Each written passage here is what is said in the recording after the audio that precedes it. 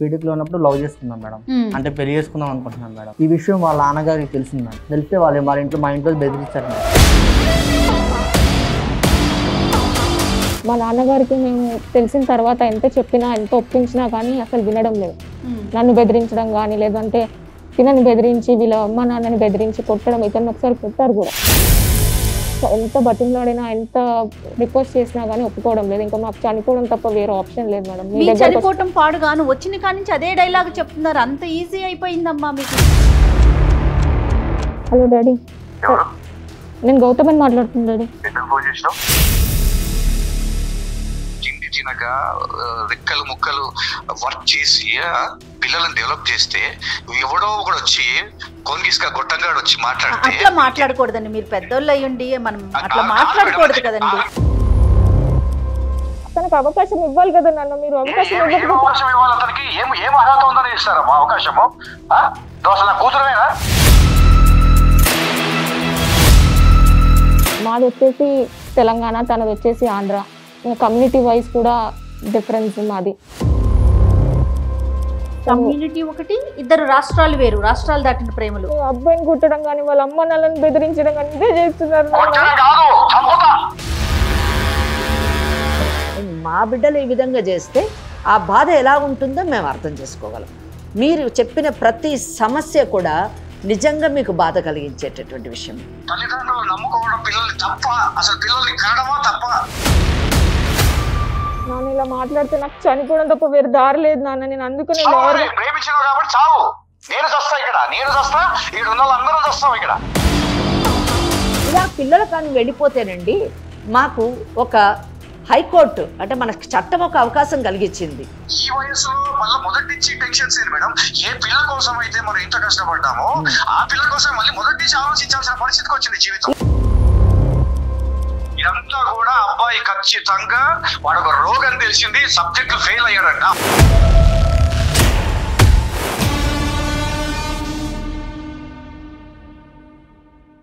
Legal advice కార్యక్రమానికి స్వాగతం. అమ్మా నమస్తే. నమస్తే అండి. అమ్మా, గౌతమి, సందీప్ అనే ఇద్దరు పిల్లలు మన అప్రోచ్ అయ్యారమ్మా. మేమిద్దరం చనిపోదాం అనుకుంటున్నాం అంటే డిసైడ్ అయిపోయారనమాట. ఓకే, వాళ్ళకి అంత కష్టం అంత కష్టం ఏమొచ్చిందో ఒకసారి మనం తెలుసుకుందాం. అంటే ఇంట్లో తల్లిదండ్రులు ఉంటారు, సమాజం ఉంటుంది, చుట్టాలు ఉంటారు, ఇంకా వాళ్ళకి వేరే ప్రపంచంతో సంబంధమే లేదంటమ్మా. ఇద్దరు తనువు చాలిస్తారట. Oh my God. మరి వాళ్ళతోనే మనం మాట్లాడి తెలుసుకుందాము. నమస్తే అమ్మా. నమస్తే అమ్మా. చెప్పమ్మా సందీప్. ఎవరు అసలు ఆ అమ్మాయి? ఎట్లా పరిచయం నీకు? నా కాలేజ్ లో పరిచయం మేడం. మీ క్లాస్మేట్? Junior madam. నాకు 2 years బ్యాక్ జూనియర్ అన్నమాట. ఎన్ని సంవత్సరాల నుంచి పరిచయం? అంటే బీటెక్ లో ఉన్నప్పుడే పరిచయం. ఓకే. బీటెక్ లో ఉన్నప్పుడు లవ్ చేసుకున్నాం మేడం. అంటే పెళ్లి చేసుకుందాం అనుకుంటున్నాం మేడం. బీటెక్ లోనే? బీటెక్ లోనే. ఓకే. వాళ్ళ పేరెంట్స్ ఒప్పుకోవట్లేదు మేడం. ఓకే. ఈ విషయం వాళ్ళ నాన్నగారికి తెలిసింది మేడం. తెలిస్తే మా ఇంట్లో బెదిరించారు మేడం. మీదే ఊరు? మాది విజయవాడ మేడం. అమ్మాయి నీదమ్మా? మహబూబ్ నగర్. మహబూబ్ నగర్. ఓకే. అసలు సమస్య ఏంటి? అంటే వాళ్ళ ఇంట్లో ఒప్పుకోవట్లేదు మేడం. మేము ఇద్దరం కలిసి బతుకుదాం, చచ్చిపోతాం అవసరమైతే. ఇంకా చచ్చిపోవటమే ఫైనల్? ఒప్పుకోపోతే చచ్చిపోతాం మేడం. నువ్వేమంటావు తల్లి? నేను అదే అంటాను మేడం. మా నాన్నగారికి మేము తెలిసిన తర్వాత ఎంత చెప్పినా ఎంత ఒప్పించినా కానీ అసలు వినడం లేదు. నన్ను బెదిరించడం కానీ లేదంటే తినని బెదిరించి వీళ్ళ అమ్మ నాన్నని బెదిరించి కొట్టడం, ఇతను ఒకసారి కొట్టారు కూడా. సో ఎంత ప్రయత్నించినా గానీ ఒప్పుకోవడం లేదు. సో మాకు ఇంకా ఏం ఆప్షన్ లేదు. అది ఒక్కటే ఆప్షన్. నేను ఒక్కతే అమ్మాయి మేడం. మీ నాన్నగారు ఏం చేస్తారు? మీ నాన్నగారు బిజినెస్ మ్యాన్. మీ నాన్నగారు? మేడం తో మాట్లాడు ఒకసారి. మేడం నమస్తే. నమస్తే అమ్మా. పెద్దలు ఎందుకు ఒప్పుకోవట్లేదు? మా ఫాదర్ యాక్చువల్లీ బిజినెస్ మ్యాన్ అండి. నేను ఒక్కతే అమ్మాయి. చిన్నప్పటి నుంచి చాలా ముద్దుగా ఏ లోటు లేకుండా చూసుకున్నారు. సో నేను స్టడీస్ కని చెప్పి హైదరాబాద్ రావడం జరిగింది. సో ఇక్కడ బీటెక్ లో చదువుతున్నప్పుడు ఈ అబ్బాయి పరిచయం అయ్యాడు. ఒక 2 years నుంచి బాగా కేరింగ్ గానీ బాండింగ్ బాగా ఇదై నేను ఇంకా ఈ అబ్బాయిని పెళ్లి చేసుకుందామని అనుకుంటున్నాను.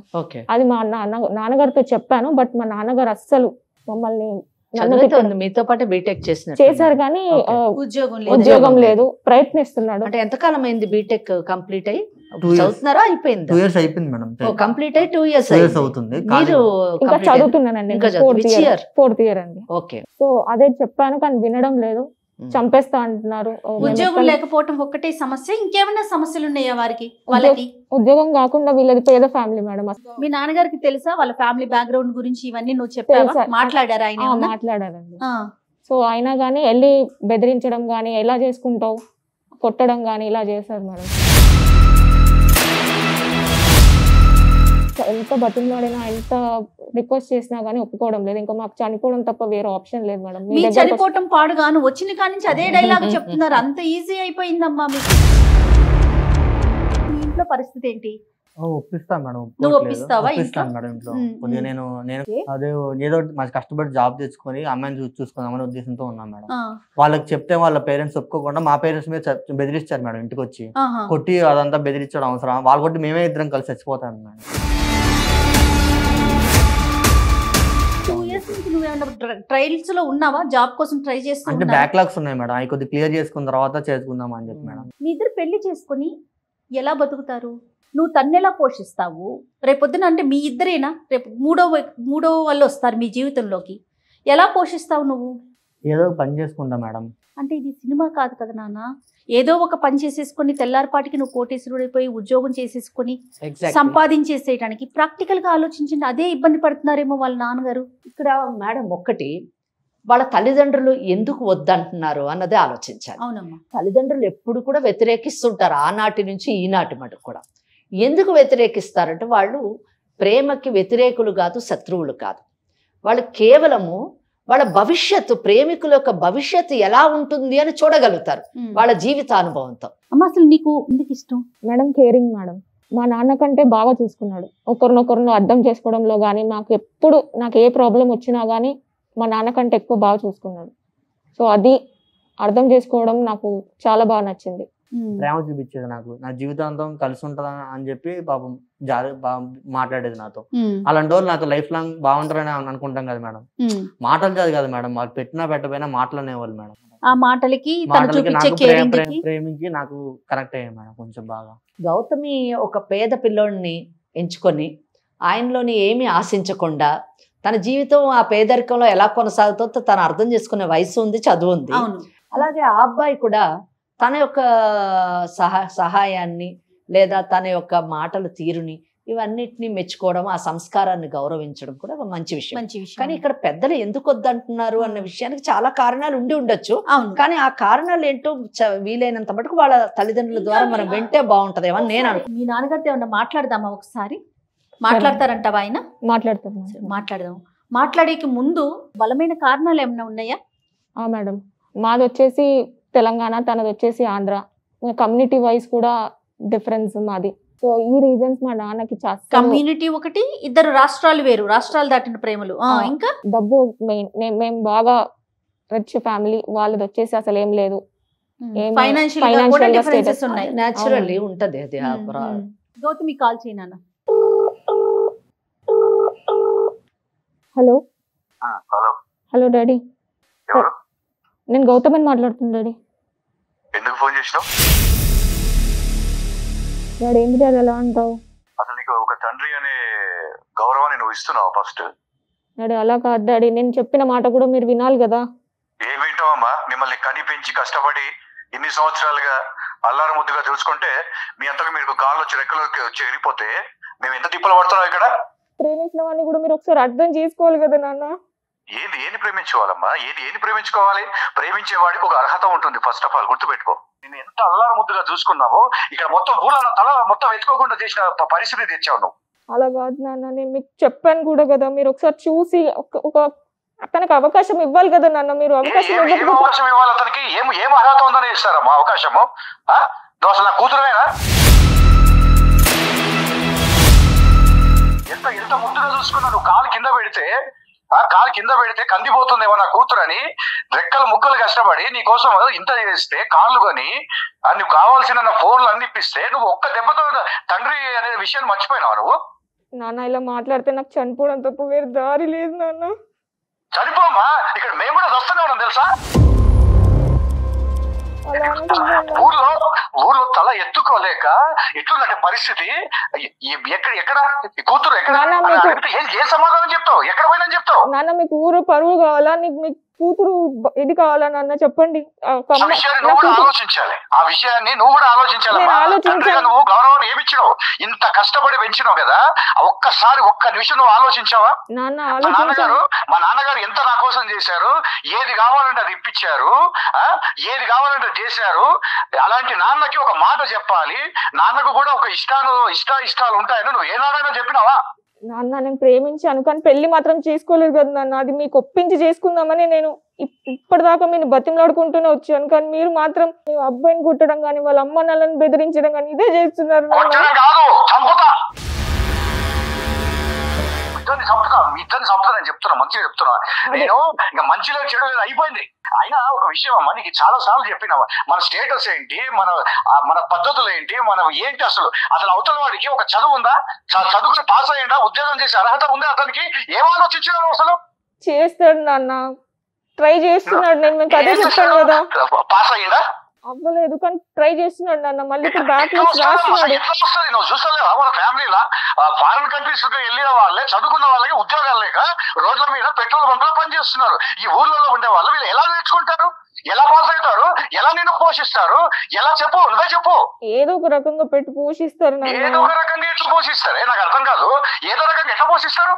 నాన్న మీరు మాట్లాడితే నాకు చనిపోవడం తప్ప వేరే దారి లేదు. అందుకనే మీరు చేసిన పనికి నేను ప్రతి నిమిషం చచ్చిపోతున్నా ఇక్కడ. నాకు అసలుకి ప్రతి నిమిషం చచ్చిపోవాలి నేను.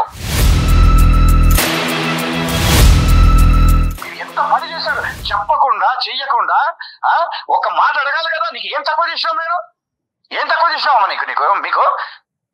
ఎవరి దగ్గర ఎవడొక వేస్ట్ ఫేవర్ దగ్గరికి ఒక వాడు చదువు నేను అన్ని ఎంక్వైరీ చేసిన, ఒక కాలేజీలో పాస్ మార్క్ లేదు, ఒక అటెండెన్స్ లేదు, అట్లాంటి వ్యక్తి దగ్గర నువ్వు పెట్టుకుంటే ఏ విధంగా నువ్వు జీవితాన్ని ముందుకు తీసుకెళ్తావు? నాన్న చెప్పేది ఒకసారి వినండి నాన్న, ఒక్కసారి ఆ అబ్బాయితో కూర్చొని మాట్లాడి వినండి నాన్న. ఒక్క నిమిషం నువ్వు ఆగు. ఇప్పుడు పోనీ మన ప్రాంతం వాళ్ళ, ఎక్కడో పక్క రాష్ట్రం వాళ్ళు, తెలుగు మాట్లాడినా సరే పక్క రాష్ట్రం వాళ్ళు, తర్వాత అసలు మన క్యాస్ట్ గురించి నువ్వు ఆలోచించినావా? మనకు ఒక స్టేటస్ గురించి నువ్వు ఎప్పుడైనా ఆలోచించినావా? నేను నీకు చిన్నప్పుడు చెప్పేమని గుర్తుందా? నేను ఇళ్ళ రికం తెచ్చుకుంటానమ్మా నీకోసం, ఎంత ఖర్చు పెట్టైనా సరే నేను అన్నానా లేదా? అవునా, కరెక్ట్ అన్నారు. మరి ఇప్పుడు నువ్వు అసలు నా కళ్ళ ముందే లేకుండా ఎక్కడికి వెళ్ళిపోతా అంటే ఎన్ని విధాలుగా నా పరుగు తీసినావు.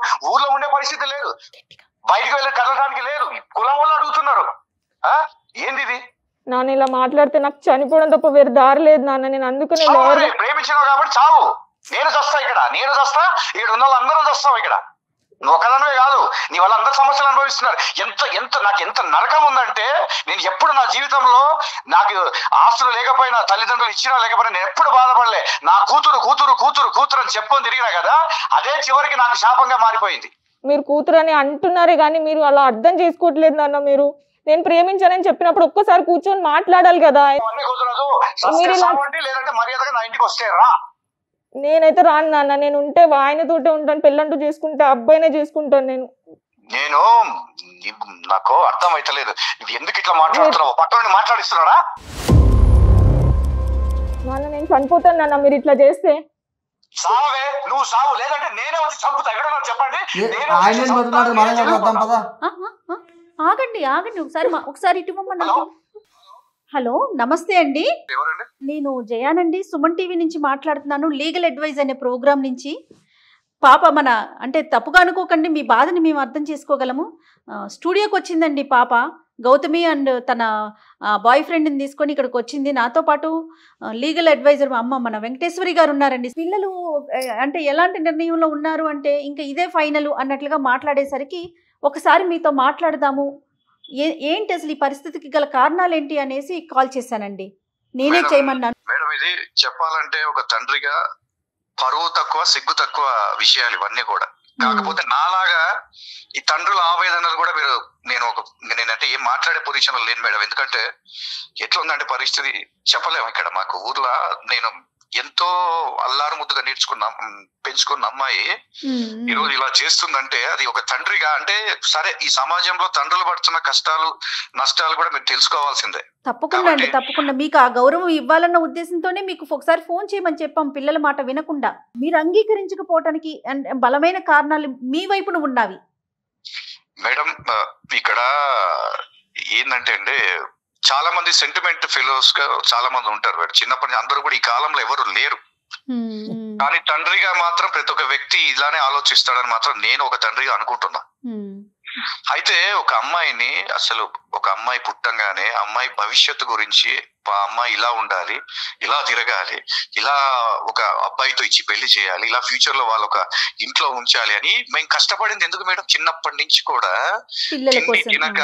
తిండి తినక రెక్కలు ముక్కలు వర్క్ చేసి పిల్లలను డెవలప్ చేస్తే ఎవడో ఒకడు వచ్చి కోన్గిస్కా గొట్టంగాడు వచ్చి మాట్లాడితే అట్లా మాట్లాడకూడదండి. మీరు పెద్దోళ్ళు అయ్యండి, మనం అట్లా మాట్లాడకూడదు కదండి. మేడం ప్రేమించిన వ్యక్తికైనా ఫస్ట్ ఆఫ్ ఆల్ ఒక అర్హత ఉండాలి మేడం. నేను కనుక్కున్నా, వ్యక్తి గురించి కనుక్కున్నా. అర్హత అంటే మీరు అంగీకరించకపోవడానికి కారణం ఏదన్నా చెప్పండి ఒక్కసారి నాకు. నా కూతుర్ని నేను బాధ్యతగా పెంచి ఎప్పుడో చిన్నప్పటి నుంచి నేను ఆస్తులు ఆ పిల్లకు కూడబెట్టుకుంటూ వస్తున్నా. ఓకే ఓకే, కూడబెట్టుకుంటూ వస్తున్నా. అవతల వ్యక్తి ఎలా ఉన్నాడంటే నేను కొన్ని విషయాలు తెలుసుకున్నా. కేవలం ఆస్తి కోసమే ఈ ట్రాప్ జరుగుతుందని. ఇదంతా కూడా ఒక ట్రాష్ మేడం. ఇదంతా పెళ్లి చేసుకుంటారు, అయిపోయిన తర్వాత పిల్లలు ఏం చేస్తారు అనేది కూడా ఒక క్లారిటీ లేదు. ఇదంతా కూడా అబ్బాయి ఖచ్చితంగా వాడు ఒక రోగం తెలిసింది, సబ్జెక్టులు ఫెయిల్ అయ్యాడంట. అవును మేడం, ఒకవేళ వీళ్ళు పెళ్లి చేసుకుంటే ఎలా బతుకుతారు మేడం? ప్రతి మనిషికి పరువు ఉంటుంది మేడం. పరువు అంటే మేడం మనం సంపాదించుకున్న ఆస్తులు ఇవన్నీ కాదు మేడం, మన పిల్లలు. నా పరువే నా పిల్లలు అయినప్పుడు ఆ పిల్ల ఎవరితో తిరుగుతూ ఎక్కడెక్కడో తిరుగుతూ ఈ రోజు వచ్చి నేను చచ్చిపోతా అంటే ఎలా అవుతుంది మేడం? వాళ్ళు చావడం కాదు మేడం, నేనే చంపేస్తాను. వాళ్ళని చంపి నా భార్యను కూడా చంపి నేను చచ్చిపోతా. సమస్య అన్నిటికీ చావే పరిష్కారం అండి. మీరు అదే మాట మాట్లాడుతున్నారు, మీ కూతురు కాబట్టి ఆ పిల్ల కూడా అదే చెప్తా ఉంది.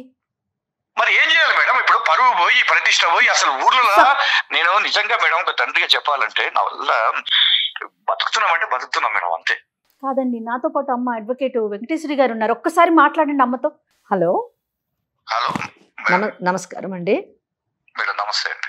నాకు ఈ కేసు అంతా వింటూ ఉంటే చాలా ఆశ్చర్యంగా చాలా నవ్వు కూడా వస్తుందండి. సేమ్ మేడం, ఇదే పరిస్థితి ఊర్లో మొత్తం ఇదే ఎదుర్కొంటాం మేడం. ఎట్లా ఉందంటే అది ఒక తండ్రిగా నేను ఇంకా చెప్పుకోలేదు. లేదు నేను అర్థం చేసుకోగలను. ఎందుకంటే మీకు మీ పిల్లలు చేసినటువంటి ఈరోజు మీకు తీసుకొచ్చినటువంటి సమస్య మీకు కొత్త. కానీ మాకు అడ్వకేట్గా ఎన్నో కేసులు మేము చూస్తూ ఉంటాము. తల్లిదండ్రుల బాధని మేము అర్థం చేసుకోగలము. అలాగే పిల్లలు ఎదుర్కొనేటటువంటి సమస్యలను కూడా మేము అర్థం చేసుకోగలం. అదే మాట్లాడదాం. మీరు కొంచెం ఓపెన్ మైండ్తోని ప్రశాంతంగా వింటే తప్పకుండా ఈ సమస్యకి సొల్యూషన్ చావు కాదు. మా బిడ్డలు ఈ విధంగా చేస్తే ఆ బాధ ఎలా ఉంటుందో మేము అర్థం చేసుకోగలం. మీరు చెప్పిన ప్రతి సమస్య కూడా నిజంగా మీకు బాధ కలిగించేటటువంటి విషయం. ఈరోజు వాళ్ళు చేసినటువంటి పని మీకు ఊర్లోని మీరు తలెత్తుకోలేకుండా సమాధానం చెప్పలేనటువంటి ఒక భయంకరమైనటువంటి బాధ పరిస్థితిలో మీరు ఉంటారన్నది నేను అర్థం చేసుకోగలను. బాధని కాదు మేడం, చెప్పాలంటే ఎట్లంటే అసలు మేమిద్దరం భార్యాభర్తల ముందు చచ్చిపోవాలనిపిస్తుంది. కానీ ఫస్ట్ దీనికి అంతటికి ఇలాంటి ఈ సంఘటన అంటే ప్రతి తండ్రి కూడా ప్రతిసారి ఇలా ఎందుకు రియాక్ట్ అవుతుంటారు మేడం అంటే ఇలా తల్లిదండ్రులు నమ్ముకోవడం పిల్లల్ని తప్ప, అసలు పిల్లల్ని కనడమా తప్ప. కనీసం నా లైఫ్ అయినా వాళ్ళకి మెసేజ్ ఇస్తుందేమో అనేసి చివరిసారిగా నేను ఇలా ఎవరు చేయకూడదని అంత గట్టిగా నిర్ణయం తీసుకున్నాను మేడం. ఎందుకంటే తిండి తినబుద్ధి అవ్వట్లా, అసలు ఒక బయటికి వెళ్ళబుద్ధి అవ్వట్లా. ఎందుకురా ఈ జీవితం, ఈ పిల్లని ఎందుకురా కన్నాం, ఎందుకురా నాయన అనేసి. అదే విషయమే ఈ అమ్మాయి ఒక మాట చెప్పింటే వీళ్ళు చెప్పకుండా వెళ్ళిపోయి ఎక్కడికి వెళ్ళిపోయి ఫోన్ చేస్తే నేను ఇక్కడ ఉన్నానని చెప్తే ఎట్లా మేడం? ఒక తండ్రిగా నాకు బాధ్యత ఉంటుంది. నేను ఇప్పటికీ మేడం తప్పు ఎక్కడ ఉందో ఆలోచిస్తూనే ఉన్నాను. కానీ ఒక మాట నాన్న ఇలా జరిగిందని చెప్పకుండా వెళ్ళిపోయి ఊరు మొత్తం పరువు తీసేసి ఇప్పుడు వచ్చి ఇంత బహిర్గతంగా చేస్తే ఎలా మాట్లాడతాం మేడం? ఇది 100% రాంగ్ అండి. నేను మీతో పూర్తిగా ఏకీభవిస్తున్నాను. ఇప్పుడు ఎందుకు భయపడ్డారు అంటే ఆయన ఒక 3 కారణాలు చెప్పారమ్మా తనతో మాట్లాడినప్పుడు. ఒకటి కమ్యూనిటీ, ఒకటి రాష్ట్రాలు వేరు, ఒకటి ఆస్తులు అంతస్తులు. అవి 3 ఆయన చెప్పినవి నిజాలు. వాటికి భయపడి పిల్లలు చెప్పలేదేమో, అది ఆలోచించాలి కదమ్మా పెద్దవాళ్ళకి, అటువైపు కూడా ఆలోచించాలి కదా. అది కూడా ఆలోచించాలి. ఇంకో విషయం కూడా శ్రీనివాస్ గారు నాకు నచ్చినటువంటిది ఏంటంటే, ఈ కాలంలోని పిల్లలు తల్లిదండ్రులు చెప్పకుండా వెళ్ళిపోయి పెళ్ళిళ్ళు చేసుకొని తల్లిదండ్రులు వాళ్ళ కర్మానికి వదిలిపెట్టేది ఒక రకమైతే, కొత్తగా ట్రెండ్ ఏంటంటే 4 రోజులు తిరగడము, లివ్ ఇన్ రిలేషన్షిప్ అనడము, ఆ తర్వాత ఎవరి దారిన వాడు వెళ్ళిపోతున్న కాలంలో మేము పెళ్లి చేసుకుంటాము. ఆ పెళ్లి చేసుకోవడం కూడా ఎలాగ నాన్నను ఒప్పించి చేసుకుంటాము అని చెప్పేసి ఆ అమ్మాయి పదే ఇందాక మీతో మాట్లాడినప్పుడు నేను విన్నాను. ఇక్కడ మీ పెంపకం యొక్క గొప్పతనం మాకు కనిపిస్తుంది, వాళ్ళలో ఉన్నటువంటి నిజాయితీ కూడా మాకు కనిపించింది. నిజం చెప్పాలి. అదే మేడం, అదే నిజాయితీ ఎక్కడ పోయింది అసలు? ఈ కాలాలు ఎట్లున్నాయి మేడం, ఊళ్ళో కూడా చూస్తూనే ఉన్న పరిస్థితులు. 2 రోజులు 3 రోజులు పోతారు, పోయిన తర్వాత ఏదేదో జరుగుతుంది, మొత్తం అయిపోయిన తర్వాత నాన్న అంటే ఏం చేయాలి, ఎవరు చేసుకుంటారు పిల్లని? కరెక్ట్. అటువంటి పరిస్థితిలోకి మనం తోయకూడదు. మనము వాళ్ళకు అండగా నిలబడి ఒక సాంప్రదాయ పద్ధతిలోని, ఒక సామాజిక పద్ధతిలోని, నైతిక విలువలతో కూడినటువంటి ఒక బంధాన్ని మనం ఏర్పాటు చేసి మనం వెనక అండగా నిలబడినప్పుడు తప్పు చేసేటటువంటి అవకాశం ఉండదు. ఆ అవకాశం మీ పిల్లలు మీకు ఇచ్చారు, మేము కూడా దానికి అంటే మీతోని సహకరించాలి అని అనుకుంటున్నాము. ఈ కేసులోనండి నేను అనుకుంటానంటే, వినండి, మీకు నచ్చితే మీ యొక్క కన్సెంట్ ఇవ్వండి, ఆశీర్వదించండి. ఏదైనా కూడా ముఖ్యంగా పిల్లలు కాదు మేడం, తల్లిదండ్రుల గురించి ఆలోచించండి. ఎందుకంటే తప్పకుండా ఈ వయస్సులో మనము పిల్లలకు పెళ్లిళ్ళు చేసి వాళ్ళ ఆనందాలు కోరుకుంటాం, కానీ ఈ వయస్సులో మళ్ళీ మొదటి నుంచి టెన్షన్స్ ఏంది మేడం? ఏ పిల్ల కోసం అయితే మనం ఇంత కష్టపడ్డామో ఆ పిల్ల కోసం మళ్ళీ మొదటి నుంచి ఆలోచించాల్సిన పరిస్థితికి వచ్చింది జీవితం. మనం ఆ పరిస్థితి తీసుకురావద్దు. మీరు అందుకే వినట్లేదు. సొల్యూషన్ వింటే మీరు ఏది చెప్తున్నారో దాంతో మేము ఏకీభవిస్తున్నాం. ఇలా పిల్లలు కానీ వెళ్ళిపోతేనండి, మాకు ఒక హైకోర్టు అంటే మనకు చట్టం ఒక అవకాశం కలిగించింది. అంటే కూర్చొని మాట్లాడుకునేటటువంటి అవకాశం కూడా లేకుండా పిల్లవాడు కానీ పిల్ల కానివ్వండి మాట్లాడకుండా వెళ్ళిపోతే, తల్లిదండ్రులకు అవకాశం ఇవ్వకపోతే, మనం హైకోర్టులో రిట్ ఆఫ్ హేబస్ కార్పస్ అని వేసుకోవచ్చండి. వేసుకున్నప్పుడు ఆ పిల్లని పిల్లవాడిని ఎవరైతే వెళ్ళిపోయారో వాళ్ళని హైకోర్టు ముందు నిలబెడతారు పోలీసు వ్యవస్థ. నిలబెట్టినప్పుడు అప్పుడు కోర్టు తల్లిదండ్రులతో మాట్లాడుకునేటటువంటి అవకాశం కలిగిస్తుంది.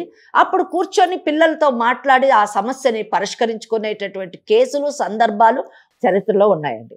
అయితే ఇక్కడ ఆ అబ్బాయి గనక నిజంగా ఒక ఫ్రాడ్ అనే ఒకటి గనక తేలిందంటే అప్పుడు మీరు ఎలా నిర్ణయాలు తీసుకుంటారు మేడం? అందుకేనండి నిర్ణయం అసలు ఇప్పుడు తీసుకోవట్లేదు. నేను చెప్పేది ఈ కేసులో సొల్యూషన్ ఏంటంటే, మీరు చెప్పినట్టుగా ఆ అబ్బాయికి బ్యాక్లాగ్స్ ఉన్నాయి. అంటే బాధ్యత మనకి ఎక్కువగా కనిపించలేదు. నిజంగానే నేను మీతో ఏకీభవిస్తున్నాను. ఇప్పుడు అది చేయట్లేదు. బీటెక్ అబ్బాయి కంప్లీట్ కాలేదు కనుక ఇది సమయం కాదు, పెళ్లి చేసుకునే సమయం కాదు. ఆ అబ్బాయి ఆర్థికంగా తన నిలదొక్కున్న తర్వాత ఆ అమ్మాయిని పెళ్లి చేసుకుంటే అప్పుడు ఆ అమ్మాయి బాధ్యత ఆర్థిక పరంగా తీసుకునేటటువంటి అవకాశం ఉంది. As far as financial problems are concern, ఇది మనము ఆ అబ్బాయి నిలదొక్కునేంత మటుకు పెళ్లికి అంగీకరించకుండా సమయాన్ని కేటాయిద్దాం. దీంతో ఫైనాన్షియల్ ప్రాబ్లం సాల్వ్ అవుతుంది. ఇంకా నెక్స్ట్ రీజనల్ ప్రాబ్లం, మా అమ్మాయి వెళ్ళిపోతుంది అంటే అది పెద్ద విషయం ఏం కాదు. మీ అమ్మాయి మీరున్నటువంటి ఊర్లోకే ఆ అబ్బాయి వస్తాడు, షిఫ్ట్ అవుతాడు, అక్కడే జాబ్ చేసుకునేటటువంటి పరిస్థితులు మీరు ఏర్పాటు చేయొచ్చు. మీరే అన్నారు కదా, మా అమ్మాయికి నేను అన్ని విధాలా సమకూర్చాను అండి అంటే, ఆ అబ్బాయిని పెళ్లి చేసుకున్నప్పుడు ఆ అబ్బాయికి కూడా అవన్నీ లభించినట్టే కదా. కనుక మీకు అల్లుడు కాదు ఒక కొడుకుని తెచ్చుకున్నామని అనుకోండి మీరు. అలాగా ఇటు ఫైనాన్షియల్ ప్రాబ్లం సాల్వ్ అవుతుంది, రీజనల్ ప్రాబ్లం సాల్వ్ అవుతుంది. క్యాస్ట్ విషయంలో మాత్రం మీరు కాంప్రమైజ్ కావాల్సిందే. అయితే ఒక్క విషయం, ఇక్కడ మనము పెద్దవాళ్ళగా కాస్త కూల్గా ఆలోచించాలి. ఎందుకంటే మీకు ఎలాగా పెద్దలకి లీగల్ రెమెడీ ఉందో అలాగే రేపు పిల్లలకు కూడా రెమెడీ ఉంది. ఎందుకంటే రేపు వాళ్ళిద్దరూ పెళ్లి చేసుకొని మీకు చెప్పకుండా మా ఇద్దరికి ప్రొటెక్షన్ కావాలి, మేమిద్దరం భార్యాభర్తలము అని కోర్టుకు కానీ వాళ్ళు ఆశ్రయిస్తే తప్పకుండా కోర్టు వాళ్ళకి ప్రొటెక్షన్ ఇస్తుంది. ముఖ్యంగా వాళ్ళు పెళ్లి చేసుకునే అవకాశం కూడా ఉంది. ఎందుకంటే బోత్ ఆర్ మేజర్స్ కనుక అక్కడ చట్టపరంగా పెళ్లి చేసుకోవడానికి మేజర్స్ అయితే సరిపోతుంది, సెక్షన్ 5 ఆఫ్ హిందూ మ్యారేజ్ యాక్ట్లో ఉన్న కండిషన్స్ ఫుల్ఫిల్ అయిపోతే పెళ్లి చేసుకోవచ్చు. దానికి క్యాస్ట్ ప్రాబ్లం కానివ్వండి, ఫైనాన్షియల్ ప్రాబ్లమ్స్ కానివ్వండి, లేదా రీజనల్ ప్రాబ్లమ్స్ కానివ్వండి, ఇవన్నీ కండిషన్స్ కాదు మ్యారేజ్కి. అడుగుదాము ఆ అబ్బాయి ఎంత కాలంలో సెటిల్ అవుతాడు, ఫైనాన్షియల్గా ఎంత కాలానికి నిలదొక్కుని తన భార్యని పోషించుకునేటటువంటి పరిస్థితికి ఎప్పట్లోనే అతను రాగలడో కనుక్కొని అప్పుడు మటుకు వీళ్ళిద్దరు పెళ్లి చేయకుండా వాళ్ళిద్దరూ మామూలుగా ఉంటారు. ఆ తర్వాత మీరు నిలబడి పెళ్లి చేస్తే బాగుంటుంది. అంత మటుకు కావాలంటే ఒక agreement MOU memorandum of understanding కూడా మీరు రాసుకోవచ్చు. ఎందుకంటే ఆ పిల్లోడు కూడా ప్రొటెక్షన్ ఉండాలి. ఈ లోపల మీరు మీ అమ్మాయికి బలవంతంగా వేరే పెళ్లి చేసినా అది కూడా చాలా ప్రాబ్లమాటిక్ అవుతుంది. కాబట్టి ఆ అబ్బాయికి ప్రొటెక్షన్ ముగ్గురు కలిసి, అంటే వాళ్ళ తల్లిదండ్రులు, మీ తల్లిదండ్రులు, ఈ పిల్లలిద్దరూ కలిసి 3 పార్టీలుగా ఒక మెమరాండమ్ ఆఫ్ అండర్స్టాండింగ్ చేసుకొని ఆ కండిషన్స్ ప్రకారం వెయిట్ చేయండి. అందులో ఏ కండిషన్ తప్పినా కానీ కోర్టుకు వెళ్ళేటటువంటి అవకాశం ఉంది అని రాసుకుంటే బాగుంటుందని నేను అనుకుంటున్నాను. ఈ దిశలో ఆలోచించండి. మరి ఏమంటారు మీరు? తప్పకుండా మేడం. నేను అంటే ఒక బాధ్యత గల తండ్రిగా నేను కూడా ఆలోచించాల్సిన బాధ్యత. ఎందుకంటే పిల్లలే మనకు సర్వస్వాన్ని మనం ఎప్పటికీ అనుకుంటుంటాం మేడం. అంతే కదా. కాబట్టి ఇన్ని రోజుల నుంచి నేను ఎదురు చూస్తూ వచ్చాను, లేకపోతే ఎప్పుడో ఏదో చేసేవాడిని. కాకపోతే ఇప్పుడు ఏంటంటే మేడం, మీరు చెప్పినది అది బాగానే ఉంది. నేను కూడా మీరు అన్నట్టుగానే మీ అండర్ కవర్ లోనే ఒకసారి కలిసి మాట్లాడుకొని మనము ఆ అబ్బాయి ఇప్పుడు ఉన్నది ఏంటంటే అండి, ఆ బీటెక్ బ్యాక్లాగ్స్ క్లియర్ చేయాలి, జాబ్ సంపాదించుకోవాలి. ఇదంతా ఎంత టైంలో చేయగలుగుతాడు? అదే మేడం, నేను ఫస్ట్ నుంచి అసలు ఒకసారి ఒక పనికి వాళ్ళ పని చేసేటప్పుడు ఒకసారి ఆలోచించుకోవాలి. ఏది లేకుండా వెళ్ళిపోయి అసలు ఏంటి, ఒక మనిషి అందంగా ఉంటే వెళ్ళి ప్రేమించాడు మేడం, ఇదే సమాజమా ఇది? అదే అందుకనే ఇప్పుడు ఈ విధంగా మనం పరిష్కరిద్దామండి. మీరు తప్పకుండా మీరు నాకు ఫోన్ చేయడం అనేది చాలా సంతోషకరమైన విషయం. నేను దేనికైనా రెడీగానే ఉన్నాను మేడం. కాకపోతే ఎవరికి వాళ్ళ నిర్ణయాలు తీసుకోండి, ఇక మేమెందుకు పెడతాం? లేదులేండి, పిల్లలు కదా. ఏమమ్మా నువ్వేం చెప్తే ఇప్పుడు మేడం చెప్పిన దానికి మీ నాన్నగారు ఒప్పుకుంటున్నారు. ఏమండి శ్రీనివాస్ గారు, అంతే కదా? మేడం నేనైతే మీరు చెప్పినట్టు వింటున్నాను మేడం. నేను ఖచ్చితంగా అబ్బాయి నిలబడతాడు అనుకున్నట్టు ముందుకు వెళ్ళి ఒక ఆర్థిక సంపాదన పరంగా నిలబడతాడని ఒక నమ్మకం కలిగితే మాత్రం నేను ఒకసారి ఆలోచిస్తాను మేడం. ఏమన్నా నువ్వేమంటావు? నేను ఒప్పుకుంటాను మేడం. కానీ ఈ అబ్బాయి సెటిల్ అయ్యేంత వరకు ఈ అబ్బాయి జోలికి గానీ వాళ్ళ పేరెంట్స్ జోలికి గానీ వెళ్ళను అని మీరు ఈ ముందర మీరు మా నాన్నగారితో ఒప్పిస్తే మాత్రం నేను ఉంటాను. ఎందుకంటే మా నాన్న విషయం నాకు తెలుసు. సందీప్ నువ్వేమంటావమ్మా? సార్ కూర్చొని మాట్లాడి సరిపోతుంది. మా పేరెంట్స్ వాళ్ళ పేరెంట్స్. నువ్వు బ్యాక్లాగ్స్ ఎప్పుడు క్లియర్ చేస్తావు, నువ్వు జాబ్ ఎప్పుడు సంపాదించుకుంటావు, ఆర్థికంగా నువ్వు నిలదొక్కుకోవడానికి మాకు ఎంత టైం కావాలో చెప్పు. మేము వాళ్ళ ఫాదర్తో మాట్లాడతాము. ఈ అమ్మాయిని అంత మటుకు వాళ్ళ తండ్రితో ఉంటుంది అమ్మాయి. అది మాకు కావాల్సి. నీకు ఎంత టైం కావాలి? నాకు ఒక 3 years కావాలి మేడం. ఇదండి శ్రీనివాస్ గారు, ఒక 3 సంవత్సరాల టైం అడుగుతున్నాడండి సందీప్. మేడం ఒక ప్రశ్న, ఇప్పుడు ఈ 3 సంవత్సరాల పాటు మా అమ్మాయి మా ఇంట్లోనే ఉండాలండి. 3 సంవత్సరాల పాటు కాదండి, ఈ క్షణమే మీ ఇంటికి పంపుతాం. ఈ క్షణమే. మీరు పెద్దవాళ్ళు చెప్తున్నారు కాబట్టి నేను కూడా ఆలోచించి నిర్ణయం తీసుకుంటాను మేడం. మీరు చెప్పినట్టే నేను చేస్తాను. తప్పకుండా. 3 years అతను టైం అడుగుతున్నాడు కదా, అతను బ్యాక్లాగ్స్ గానీ అసలు ఎలా నిలబడతాడు అనేది అది అబ్జర్వేషన్ జరుగుతూ నాకు ఒక రిపోర్ట్ అనేది ఎప్పటికప్పుడు కావాలి మేడం. తప్పకుండా ఉంటాను. ఆ తర్వాత నేను మీరు అన్నట్టే పాజిటివ్ గా కనుక నాకు అనిపించి అబ్బాయి అనుకున్న విధంగా ప్రయత్నం చేయగలిగితే మాత్రం నేను తండ్రిగా తీసుకోవాల్సిన నిర్ణయాలు నేను తీసుకొని పాజిటివ్ గానే తీసుకుంటానని మాటిస్తున్నాను. అది పాప ఒకసారి మాట్లాడుతుందంట. ఒక్క నిమిషం అండి. నాన్న చెప్పమ్మా. సారీ నాన్న. సరే మండి, నేను ఏంటంటే ఆ మాట నేనేం మాట్లాడలే పొజిషన్ లేదమ్మా. ఎందుకంటే పెద్దలు మాట్లాడారు, అన్నీ అయిపోయినాయి. వాళ్ళు చెప్పిన నిర్ణయాల ప్రకారం నేనైతే వాళ్ళ మాటని వినాలనుకుంటున్నాను. నువ్వు తండ్రి మాట నిలబెడతావా, ఏది మంచి ఏది చెడు అని నాకంటే గొప్పగా చెప్పేవాళ్ళు అక్కడ ఉన్నారు. కాబట్టి నువ్వు ఆలోచించుకొని నిర్ణయాలు తీసుకొని వస్తే నాకు అనుకున్నట్టుగా అతను మారినట్లయితే నేను నా అభిప్రాయాలు నేను చేయాల్సింది నేను చేస్తాను. సరే నాన్న, ఇంటికి వస్తాను నాన్న. సరే, చాలా సంతోషం శ్రీనివాస్ గారు. Okay madam. నమస్తే అండి. శ్రీనివాస్ గారు, పెళ్లికి పిలవాలి మమ్మల్ని. చూద్దాం మేడం, మనం ఫస్ట్ ఆఫ్ ఆల్ అనుకున్నట్లు జరిగితే దాని ప్రకారం తప్పకుండా మీరు పాజిటివ్ గా ఉండండి. ఆ అబ్బాయికి కూడా మేము చెప్తాము, కౌన్సిలింగ్ చేస్తాము. తప్పకుండా మేడం. రైట్ అండి. నమస్తే. ఓకేనమ్మా, నమస్తే.